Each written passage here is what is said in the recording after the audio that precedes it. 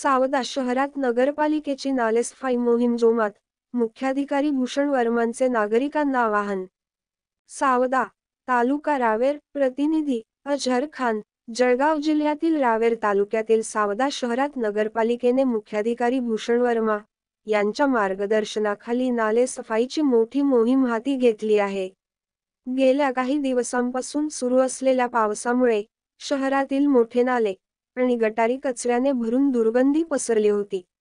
यावर उपाय म्हणून नगरपालिकेने जेसीबीच्या सहाय्याने नालेसफाईचे काम सुरू केले आहे। मुख्याधिकारी भूषण वर्मा यांनी सांगितले की मान्सूनपूर्व तयारीचा भाग म्हणून शहरातील सर्व प्रमुख नाल्यांची साफसफाई करण्याची मोहीम 2 दिवसांपासून सुरू आहे। येत्या 7 ते 8 दिवसांत ही मोहीम पूर्ण करण्याचे उद्दिष्ट आहे, जेणेकरून पावसाळ्यात पाणी साचण्याचा त्रास नागरिकांना होणार नाही। त्यांनी नागरिकांना आवाहन केले की काहींनी नाल्यांवर अतिक्रमण करून फरशा किंवा ओटे बांधले आहेत, ते तातडीने काढून सहकार्य करावे। तसेच गटारीत कचरा टाकू नये, अन्यथा अशा व्यक्तींवर नगरपालिकेकडून दंडात्मक कारवाई केली जाईल। नागरिकांनी स्वतःहून कचरा टाकणे टाळावे, कारण यामुळे नाल्यांमध्ये अडथळे निर्माण होतात आणि पाण्याचा निचरा होण्यास अडचण येते, असेही वर्मा यांनी नमूद केले।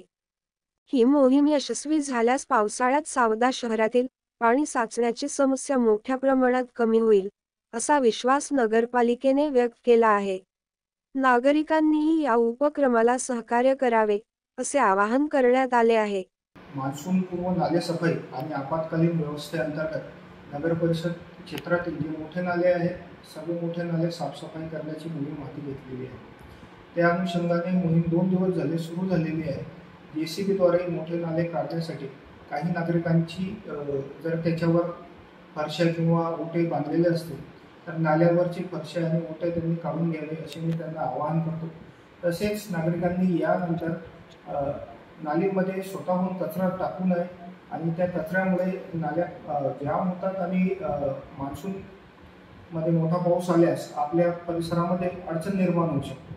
ती अडचण निर्माण होऊ नये यासाठी मी सर्वांना आवाहन करतो की कचरा नालीमध्ये सरळपणे टाकू नये आणि जर आम्हाला तसे आढळलेच नगरपरिषदेतर्फे योग्य ती दंडात्मक कार्यवाही आम्हाला करण्यास भाग पाडू नये आणि त्या कटू प्रसंगास टाळावे, ही मी नागरिकांना विनंती करतो। तसेच ही मान्सूनपूर्व सफाई आता दुसऱ्यांदा आपण नगरपरिषदेतर्फे हाती घेतलेली आहे आणि ही सफाई आपण येत्या 7 ते 8 दिवसामध्ये प्रमुख नाल्यात सर्वच साफसफाई करून घेणार आहोत, जेणेकरून पावसाळ्यात आपल्याला मोठा त्रास होणार नाही। धन्यवाद।